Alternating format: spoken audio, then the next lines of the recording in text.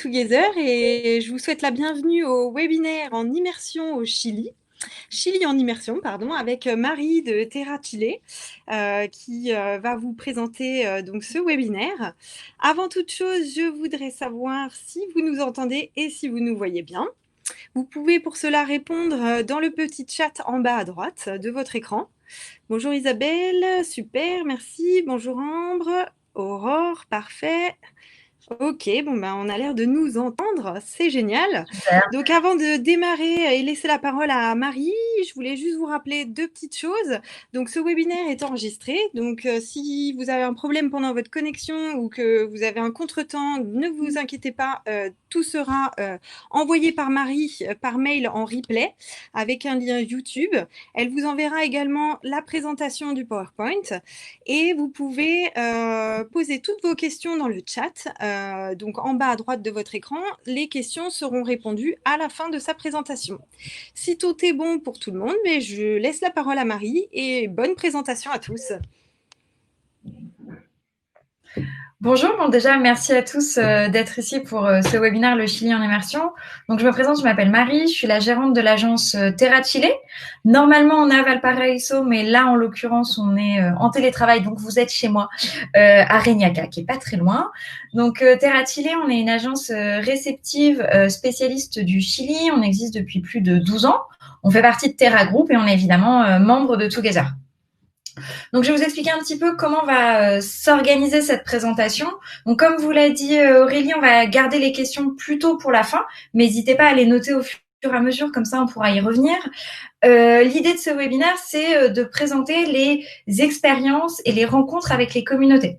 Ce qu'il faut savoir, c'est que contrairement à d'autres pays andins comme le Pérou ou la Bolivie, c'est quelque chose qui n'est pas si courant que ça en fait au Chili, parce que dans le développement du tourisme, il y a deux cas.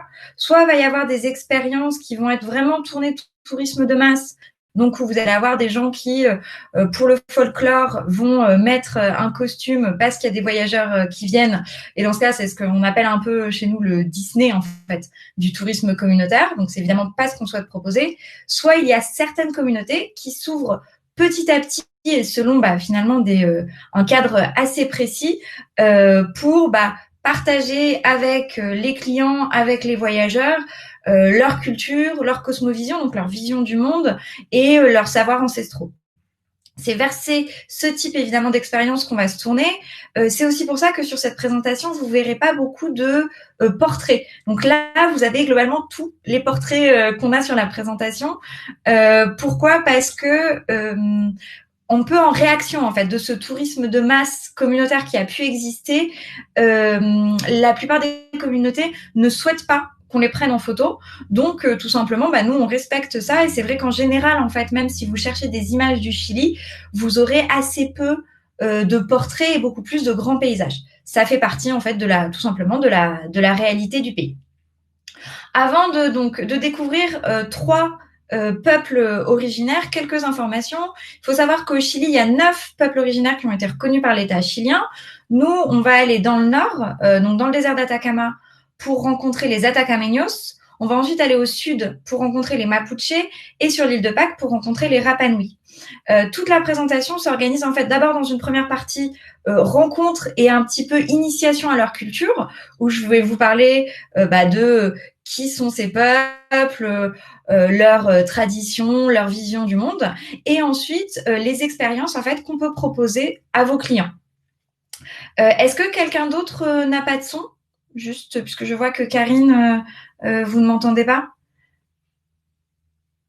Ok, bon, je vais continuer, puis si jamais, faites de grands signes. Donc voilà, important aussi à savoir sur le chez l'habitant au Chili et le Chili en immersion en général, c'est que ce n'est pas et ça sera jamais une option plus économique. Si vos voyageurs vous demandent évidemment, vos clients, du chez l'habitant pour diminuer le budget, dans ce cas-là, on peut proposer des hostals, du 2 étoiles, mais ça n'est en aucun cas en fait vendu comme des produits qui sont des produits économiques. Vous verrez aussi que dans tous nos circuits, ce qu'on propose, c'est toujours d'aller à la rencontre de plusieurs communautés, notamment dans le nord et dans le sud. Pourquoi? En fait, parce qu'on essaye de répartir l'impact que peuvent avoir les voyageurs sur différentes communautés. Et l'impact positif, donc la génération de revenus, mais aussi l'impact négatif que peut être finalement avoir des étrangers en contact tout le temps avec la culture et les modifications culturelles que ça peut engendrer. On propose aussi énormément de randonnées dans nos circuits en immersion. C'est des randonnées qui sont tout niveau, donc ça, on fait bien attention à ça. Mais dans tous les cas des peuples originels, le rapport à la nature est très important et on trouve en fait que la randonnée, c'est encore le meilleur moyen et de faire des rencontres fortuites sur le chemin, mais aussi avec le guide de vraiment comprendre en fait ce rapport à la nature. Voilà. Donc on va commencer et je vais vous emmener à la rencontre des Atacameños. Donc les Atacameños, ils sont vraiment situés dans la zone principale du désert d'Atacama, donc entre Antofagasta, Calama, San Pedro de Atacama, Itocopilla. Il ne faut pas les confondre avec les Aymara ou les Quechua, qui sont des peuples qui existent aussi évidemment au Pérou et en Bolivie, qui eux sont situés encore plus au nord en fait du Chili. Donc, quelques informations intéressantes sur les Aymara. Donc, les Aymara sont aussi appelés Likontai. Likontai, ça veut dire en langue Kunsa le peuple de la terre. Il faut savoir que la langue Kunsa, c'est une langue qui a complètement disparu, donc qui est plus parlée. En termes de géographie, en fait, donc comme je vous disais, ils se situent vraiment dans le désert d'Atacama et en fait, ils ont suivi le Rio Loa et son affluent, le Rio Salado, pour se sédentariser environ 900 ans avant Jésus-Christ, puisqu'on estime que le village de Toulor, voilà, là vous allez avoir une photo, que le village de Toulor a été un des premiers endroits, 900 ans avant Jésus-Christ, où en fait les anciens chasseurs-cueilleurs et tribus nomades se sont sédentarisés. Ils sont organisés donc en naïou, en communauté, et leur religion en fait a un syncrétisme entre christianisme, donc le christianisme est très présent et tradition andine. Donc, c'est des choses que vous allez retrouver notamment pendant le carnaval, mais aussi une fête qui va avoir lieu là dans quelques jours, puisque c'est le 29 juin, la San Pedro, donc la fête de Saint-Pierre, où il va y avoir une procession normalement une procession dans tout le village. Bon, là, ça va plutôt être une version confinée de la cérémonie. La cosmovision. Donc la cosmovision, donc vraiment la vision du monde des Atacameños.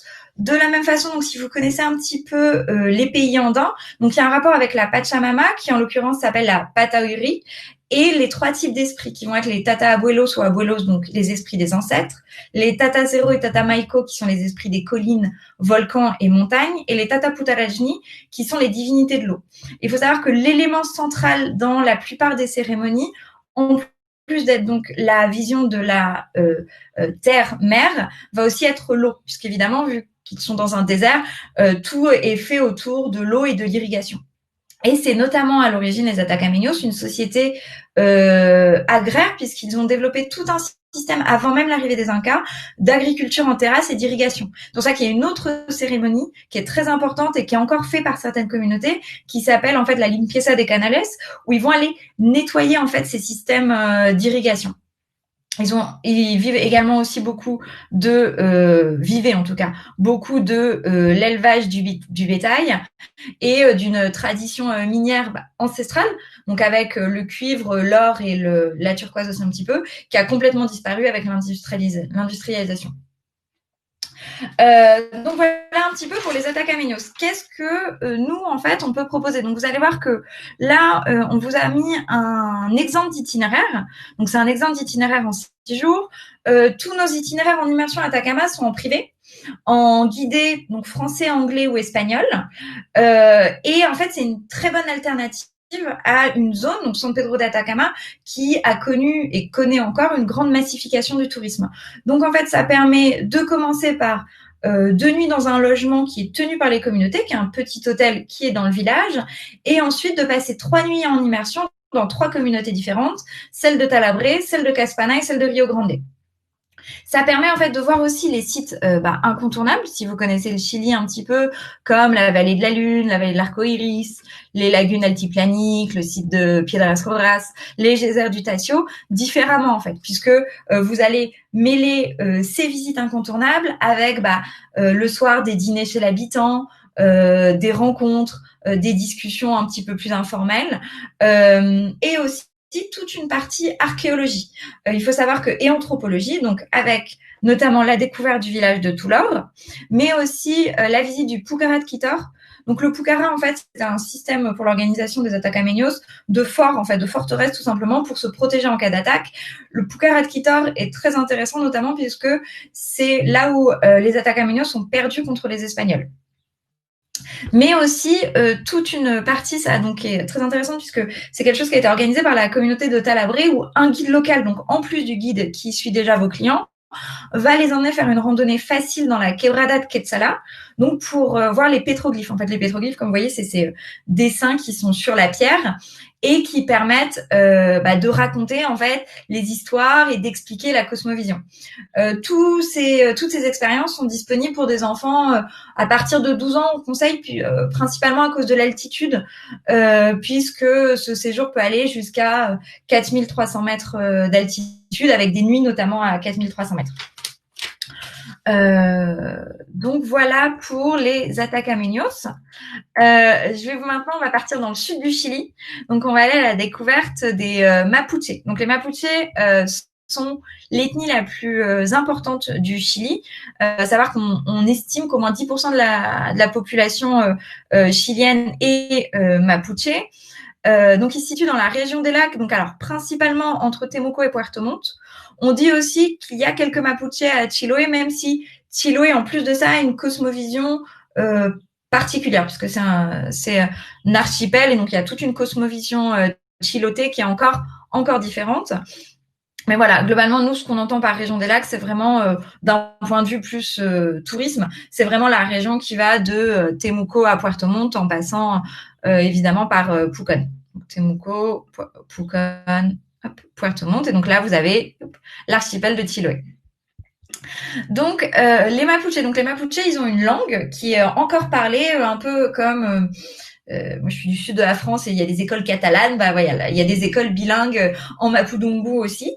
Donc ils sont organisés en lof, en communauté, avec un lonco qui est le chef et un ou une machi qui va être le chaman, le médecin traditionnel on va dire. Et à l'origine ils vivaient dans des rucas. Donc en fait là vous êtes à l'intérieur d'une ruca. C'est des maisons circulaires avec toujours une seule pièce et un feu au centre. Dans la pratique maintenant, et ça c'est très important à expliquer aux clients parce que sinon il peut y avoir un peu une forme de déception ou en tout cas d'attente déçue. Pourquoi ? Parce que la plupart des Mapuches ne vivent plus en fait dans les rucas, tout simplement. Maintenant ils vivent dans des maisons, en général des chalets en bois, par contre, il y a toujours une ruca en fait qui est conservée, qui va être l'endroit pour les charlas, donc les discussions pour parler de leur vision du monde, pour aussi les cérémonies mapuche et ce qu'on appelle donc quelque chose qui est très important puisqu'il y a très peu de récits écrits en fait des traditions mapuche, les épeux, qui sont les récits oraux que les ancêtres transmettent aux plus jeunes et c'est en fait ça qui va véhiculer toute la tradition. Et c'est pour ça que vous verrez que dans les programmes qu'on propose, il y a en général minimum une, sinon au moins deux rencontres et discussions un peu de ce type avec des ancêtres ou des membres importants des communautés. Parce que c'est vraiment le moteur principal en fait pour comprendre la cosmovision mapuche, qui est une cosmovision qui est très riche. Alors, je vais vous... Hop là, voilà, on va se mettre là-dessus. Je vais vous expliquer un petit peu. Donc, il y a au moins deux niveaux de lecture de la cosmovision mapuche. Donc, il faut savoir qu'il y a une lecture qui va être verticale, donc qui va ressembler un petit peu à notre système de paradis et d'enfer, puisqu'il y a le Wenu Mapu qui est le ciel, le Munche Mapu qui est l'inframonde, et le Nak Mapu, en fait, qui est la terre des vivants. Mais à partir de ça, il y a aussi une lecture horizontale. Donc, il faut savoir que dans la culture mapuche, vous verrez qu'il y a énormément de symboles qui sont circulaires. Donc la ruca est ronde et le drapeau, vous voyez, donc en son centre a ce symbole rond qui est aussi sur les kultrun, qui sont les tambours traditionnels. Pourquoi ? Parce qu'en fait, la conception du temps comme dans de nombreuses communautés, se fait en fait en cycle. Donc, contrairement à notre vision très européenne du temps comme étant linéaire et s'accumulant, donc une accumulation d'années par exemple, le temps dans la culture mapuche est cyclique et commence donc à l'est, donc qui est le point le plus important puisque c'est là où naît le soleil. Et en fait, à la fin d'un cycle, c'est une nouvelle année qui recommence. Pourquoi je vous raconte ça? Parce que justement, hier a commencé le Huitripantu, qui est en fait le nouvel an mapuche, qui est la cérémonie la plus importante avec des jeux, des réunions familiales, des cérémonies, des discussions. Qui a lieu en fait au moment de ce qui correspond au Chili au solstice d'hiver austral. Donc c'est vraiment le début d'un nouveau cycle. Et si on a vu que pour les Atacameños, l'élément central était l'eau, dans le cas des Mapuche, l'élément central va être le soleil. En fait, c'est ce qu'ils ont le moins en fait aussi, puisque la région des lacs étant une région qui est plus pluvieuse, davantage pluvieuse, donc il n'y a pas vraiment de manque d'eau et donc de nécessité de demander de l'eau, à l'inverse évidemment du désert d'Atacama. Et toute la cosmovision en fait mapuche se fait sur un système d'équilibre. Donc ce qui veut dire qu'on va pas chercher le bien absolu, mais on va chercher un équilibre entre le bien et le mal, entre le jeune et le vieux, entre l'homme et la femme. C'est vraiment comme ça que la cosmovision mapuche, entre autres parce qu'elle est très riche, il y a une grande mythologie aussi mapuche, est pensée.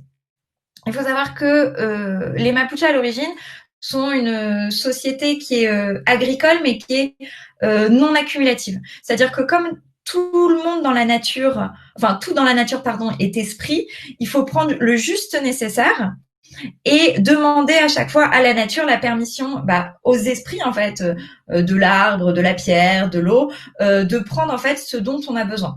Donc c'est pour ça que c'est une société qui n'a jamais été riche, qui n'a jamais été vouée à l'expansion. Par contre c'est une société qui est guerrière. Les Mapuches sont aussi connus pour être le peuple qui a le plus longtemps, pendant presque un siècle, repoussé les Espagnols. Donc c'est une société qui est guerrière et qui est aussi très unie en fait. Donc ce qu'on disait, c'est que tout le système de communauté est central dans la culture mapuche.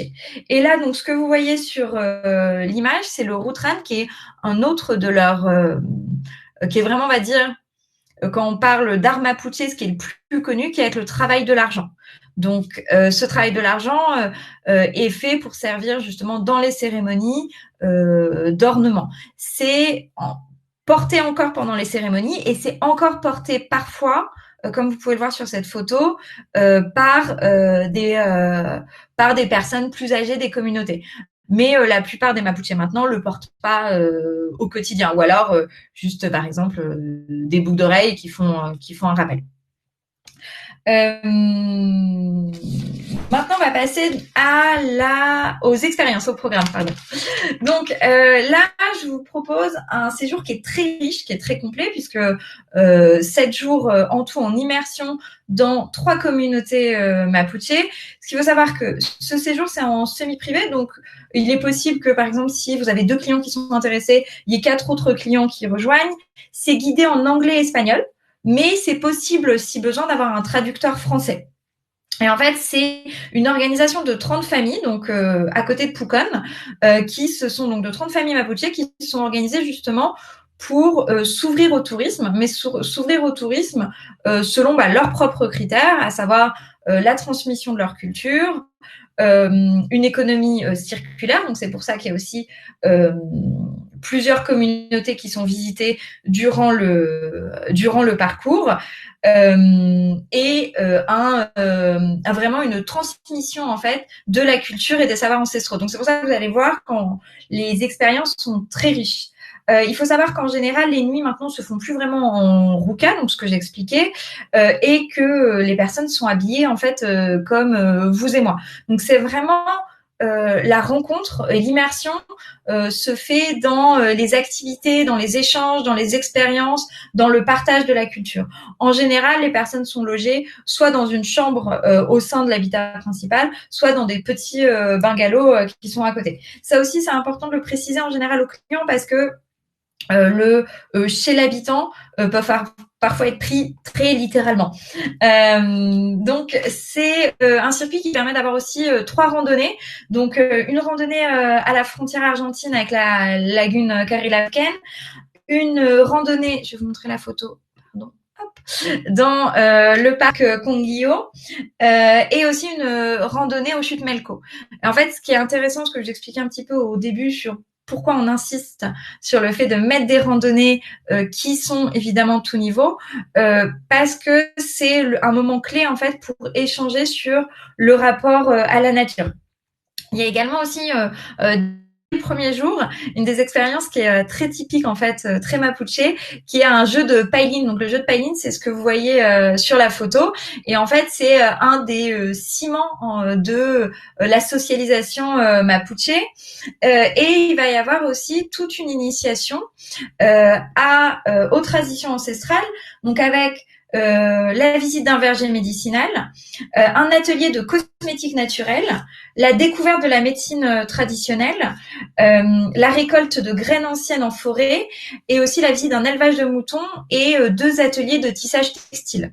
Donc comme vous voyez, c'est vraiment un programme qui est très riche selon les intérêts de vos clients. C'est aussi quelque chose qui peut être orienté, par exemple si imaginons que vous avez des clients qui sont naturopathes en France, ça peut être très intéressant pour eux de venir et de découvrir, d'échanger. Et dans ce cas-là, on peut complètement donner une orientation beaucoup plus sur les vergers naturels, la médecine traditionnelle.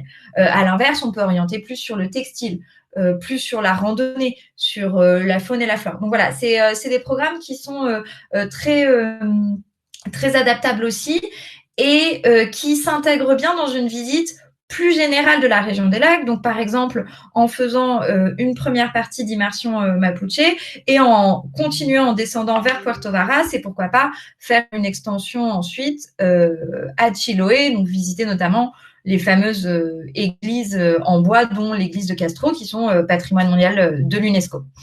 Donc voilà pour les Mapuche. On va passer maintenant à une immersion dans la culture Rapanui. Donc, les Rapanui sont sur l'île de Pâques. Donc oui, l'île de Pâques appartient techniquement au Chili. Alors, ce qu'il faut savoir, c'est que dans ce cas-là, c'est une immersion qui ne va pas se faire dans un logement de type chez l'habitant.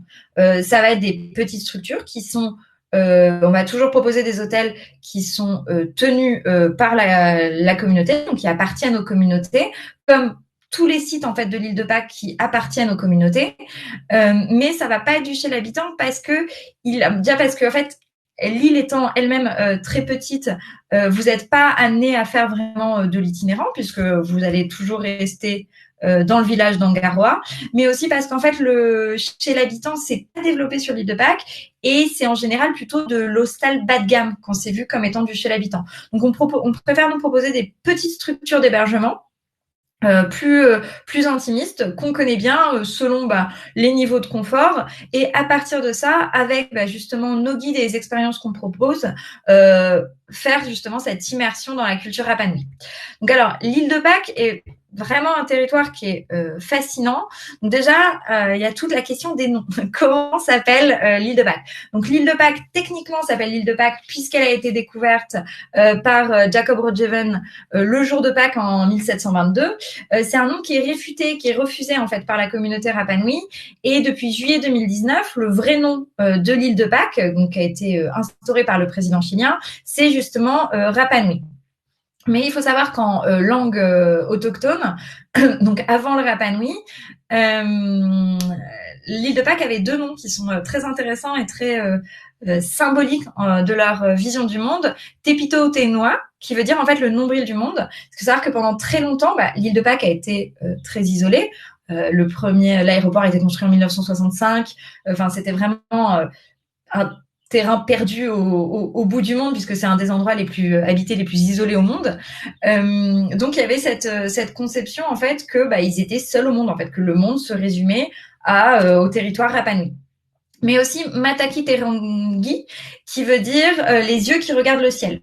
Et alors là, soit ça va faire référence aux yeux des Moaïs, Donc, on peut voir par exemple sur le moai qui est présent sur le site de Taï, qui est le seul moai où les yeux ont été restaurés. Ça, on y reviendra après. Mais ça peut faire aussi référence, vous voyez qu'il y a 2 volcans en fait sur l'île de Pâques. Donc, va y avoir Ranokao et Rano Raraku qui va être là. Et en fait, ça va faire référence aux 2 lacs de cratères qui donc seraient les 2 yeux qui regardent le ciel. On va commencer aussi beaucoup à partir de maintenant sur l'utilisation du conditionnel parce que c'est l'île de Pâques et l'île de Pâques, c'est une destination qui attire énormément en fait les voyageurs parce que c'est une destination qui est très mystérieuse et c'est une destination qui reste très mystérieuse parce que on a très peu de réponses. Pourquoi ? Parce que si la langue le Rapa Nui est encore parlée en fait, avec dans une version aussi un peu métissé qui s'appelle le rapagnol, qui est un mélange de Rapa Nui et d'espagnol. Mais l'écriture, en fait, le rongo-rongo, donc que vous voyez là, n'a jamais été déchiffré. Pardon. Donc en fait, il n'y a pas il n'y a aucune tradition écrite. Donc c'est très compliqué d'avoir des certitudes en fait sur la culture Rapa Nui. Donc, avant, ils étaient organisés en mata, donc en tribu, avec un ariki qui était le chef. Et en fait, chaque tribu représentait ses ancêtres, donc sous forme de moai. Les moai, normalement, la plupart sont toujours dos à la mer, en fait, parce qu'ils sont orientés vers le village. C'est-à-dire ils surplombent le village et ils vont protéger le village. Le moai, il va être organisé, en fait, en général, la structure d'un site moai va être organisée. Donc là, vous allez avoir la plateforme cérémonielle qui est là-haut. Vous allez avoir le moai, donc qui est constitué d'oreilles longues, qui était un signe de noblesse. Et là, alors, on peut le voir sur certains, mais pas tous, de bras. Hop. En général, c'était fait en tuf, donc une pierre volcanique assez légère.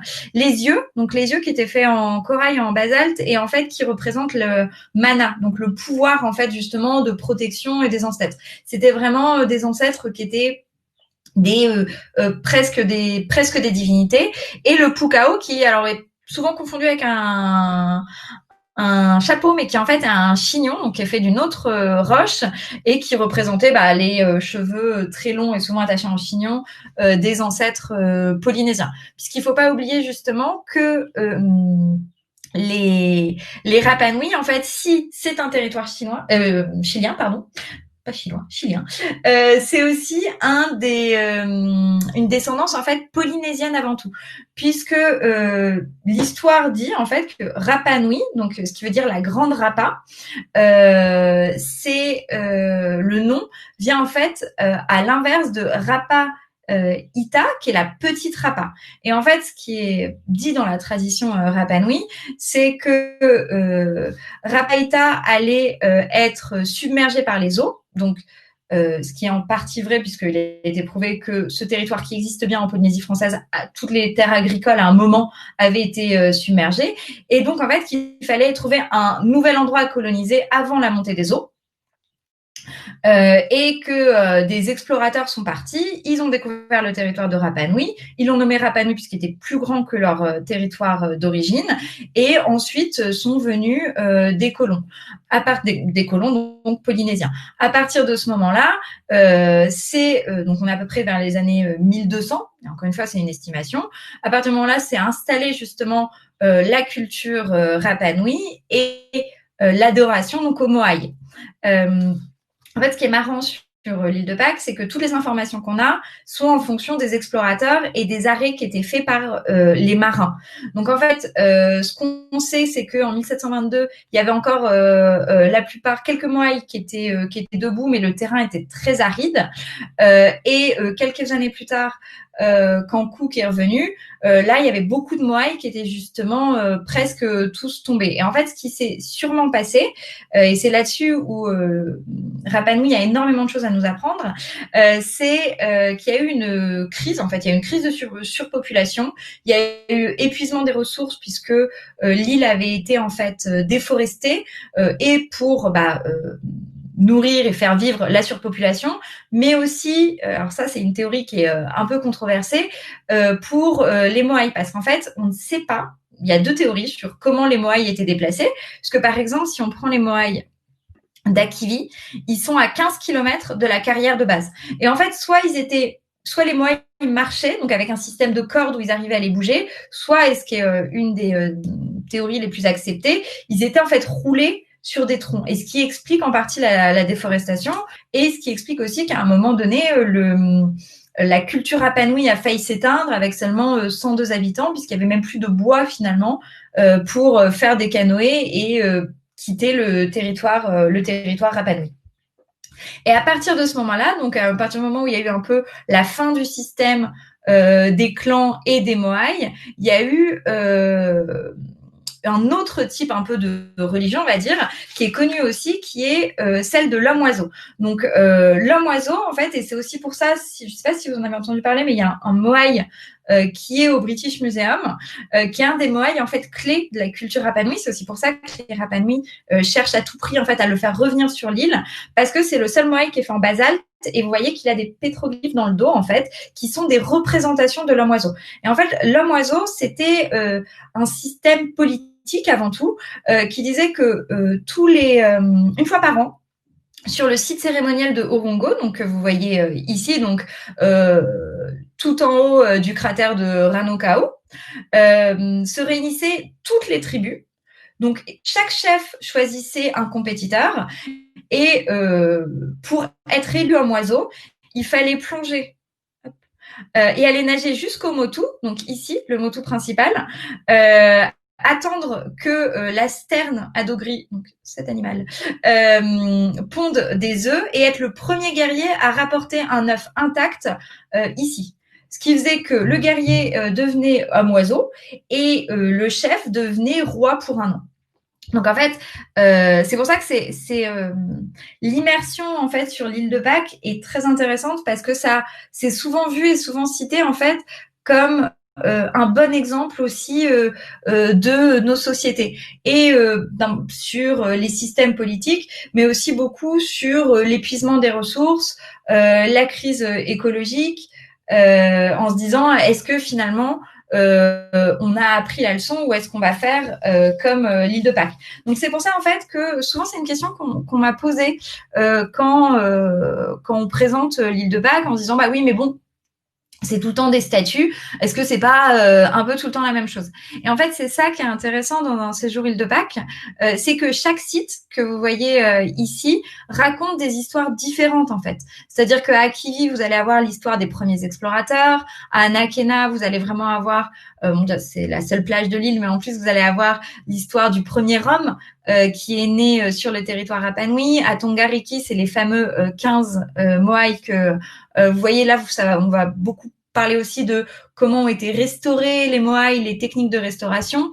Donc, c'est pour ça que c'est vraiment une destination qui est très riche et qui est souvent trop vue comme soit une destination balnéaire. Il faut savoir que c'est pas une destination balnéaire. Il y a une seule plage, une seule vraie plage sur l'île de Pâques, qui est la plage d'Anakena, où les palmiers, en fait, sont des palmiers importés depuis Tahiti. Et il y a la crique d'Ovae qui en général a du sable, mais malheureusement de moins en moins. Donc c'est vraiment pas une destination balnéaire, mais c'est pas non plus une destination, ce qui nous est souvent demandé à faire en 2 jours sur place en fait. Si on veut vraiment avoir une immersion dans la culture Rapanui, prendre le temps, on conseille vraiment minimum 6 jours, idéalement 7 jours. Et c'est pour ça qu'on propose dans cet itinéraire justement de mêler randonnée.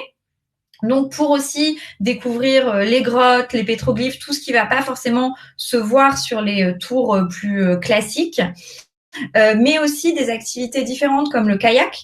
Donc on propose du kayak polynésien. Donc le kayak polynésien, c'est le même kayak qu'un kayak normal, c'est la technique en fait de pagaie qui est différente et ça permet de voir l'île depuis la mer. Sachant que c'est une île qui s'est beaucoup construite comme le nombril du monde, c'est-à-dire vers soi.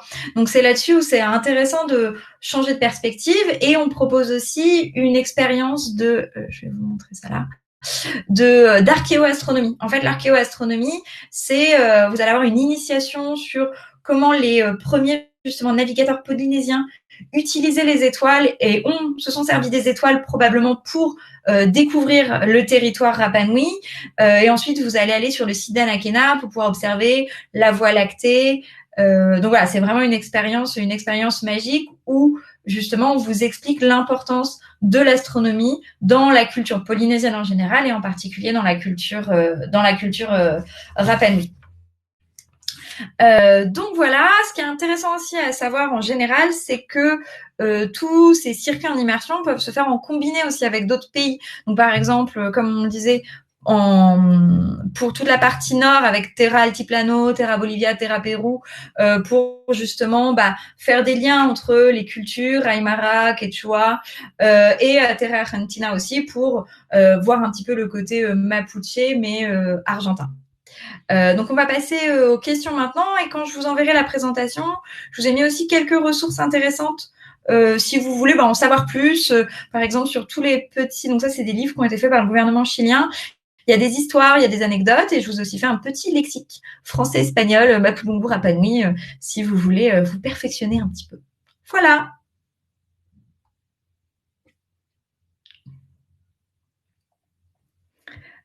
Si vous voulez, pendant que les premières questions arrivent, on peut faire un point Covid. Les prix des itinéraires, complètement. On va commencer par les prix des itinéraires, je vous parlerai du Covid après. Donc, l'immersion, alors sachant que c'est des circuits qui sont en général quand même plus avantageux à partir de 4 personnes. L'immersion Mapuche, pour 2 personnes, il faut compter environ 2025 $. À partir de 4, on est environ sur 1450. L'immersion Atacameño, on est 1960 $ par personne sur une base de 2 personnes et 1175 sur une base de 4. Et l'immersion Rapa Nui, on est 1500 $ environ sur une base de PAX sans les vols internationaux. Alors, on peut faire ces immersions avec des groupes. Nous, pour l'instant, on ne constitue pas nous-mêmes les groupes. On conseille quand même d'être maximum entre 6 et 8 personnes en fait, parce qu'au-delà donc vraiment des petits groupes, donc ce qu'on appelle en général nous quand on travaille du semi-privé, pourquoi parce qu'en fait au-delà de 6-8 personnes, notre sentiment c'est que déjà on envahit un petit peu la communauté et qu'il y a moins d'espace pour ces rencontres et cette immersion plus informelle en fait, où finalement on va vraiment se faire l'immersion, puisque là moi je vous ai donné les grandes expériences clés, mais on sait très bien que quand vos clients reviendront, ils vous diront en fait ce que j'ai adoré c'est ça qui est une expérience qui est pas du tout normalement dans le programme, mais parce que là il y avait ce moment-là et qu'il y avait cette activité. Complètement. Alors, on peut trouver son bonheur. Alors, on peut trouver son bonheur d'un point de vue archéologie complètement, et dans le désert d'Atacama, donc avec des pétroglyphes. Il y a aussi, j'en ai pas parlé, mais il y a le cratère de Monturaqui où on peut aller, donc un petit peu excentré par rapport à San Pedro, où on peut aller, qu'un des cratères de météorites les plus visibles au monde, et on peut aller aussi un peu à la recherche des météorites. On n'a pas le droit de les ramener chez nous, évidemment, mais on fait aller à la recherche des météorites.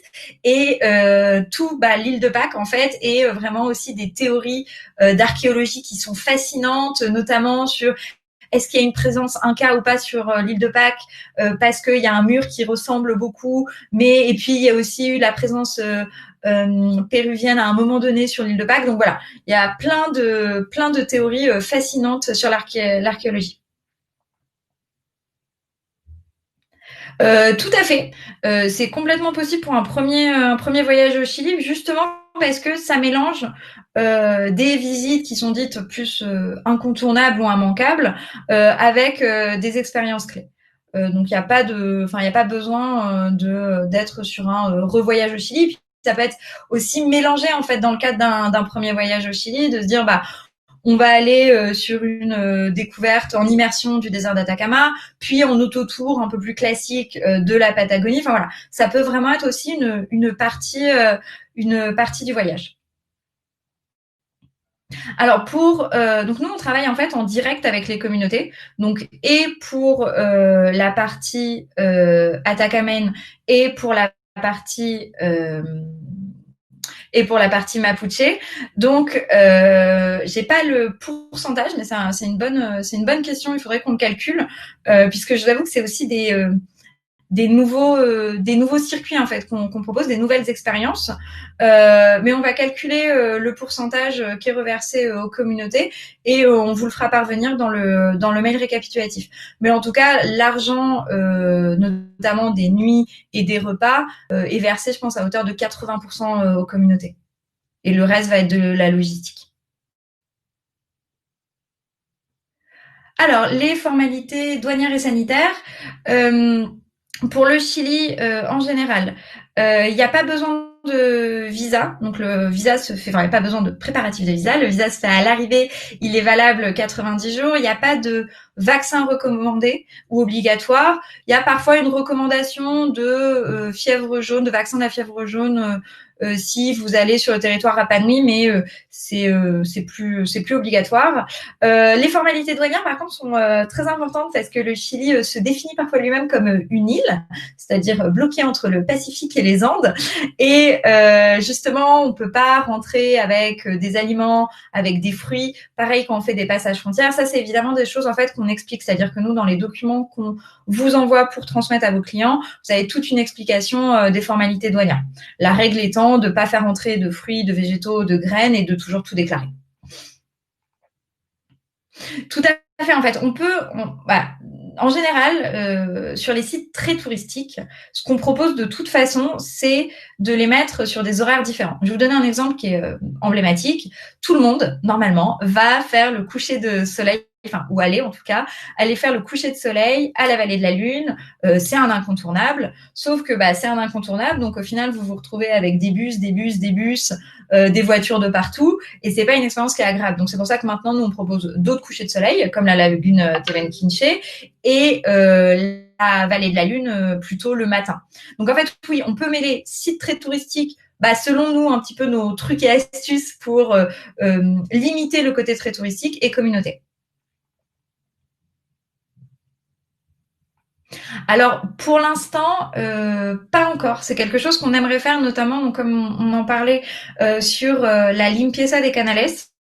Ce qui est compliqué, en fait, pour l'instant, c'est comme je dis, c'est vraiment un type de tourisme qui est en train de s'ouvrir.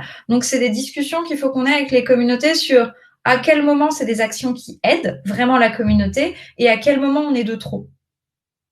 Donc c'est quelque chose qu'on veut vraiment travailler cette année, mais pour l'instant, à part évidemment dire aux voyageurs de reprendre leurs déchets, de pas utiliser de bouteilles plastiques et de ramasser s'ils voient des déchets dans la nature, pour l'instant pas encore. Mais on espère, mais on veut le faire vraiment dans un cadre précis en fait. Alors, le maximum de participants, nous, on recommande maximum 6 participants. 8 si c'est des gens qui se connaissent.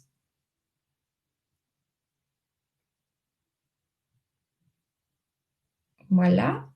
Je vois que... Non.